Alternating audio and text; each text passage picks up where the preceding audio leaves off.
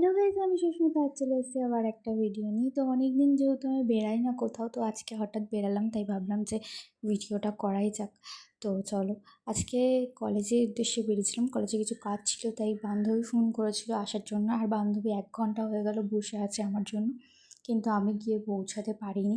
তাই আর কি, চলো দেখা যাক বান্ধবীর কী রিয়াকশান হয়। আশা করি কিছু হবে না, ও খুব শান্ত মেয়ে একটা, আমারই মতো। তো চলো দেখতে থাকো।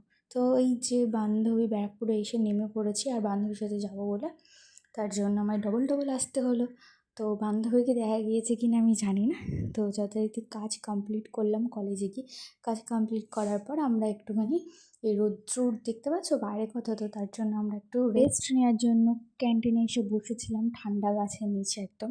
তো তারপরে বেরিয়ে পড়লাম, তো বাড়িতে চলে আসলাম যে যার মতন। তো আসার পর দেখো রাস্তার মধ্যে কত বড় একটা বাম্পার দিয়ে রেখেছে, মানে কানার মতন হাঁটলে পড়ে যাওয়ার মতন অবস্থা। আর এইদিকে আমার মতন একটা গরু ছিল। সবাই বেরিয়েছিল আমাদের দিকে ক্যামেরাটা নেই। ইস মুখটা কি বাজে।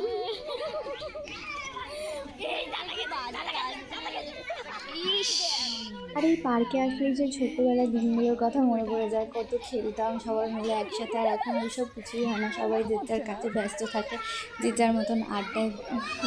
তো যাই হোক, সেদিনকে গিয়েছিলাম, খুব মজা হলো আর কি।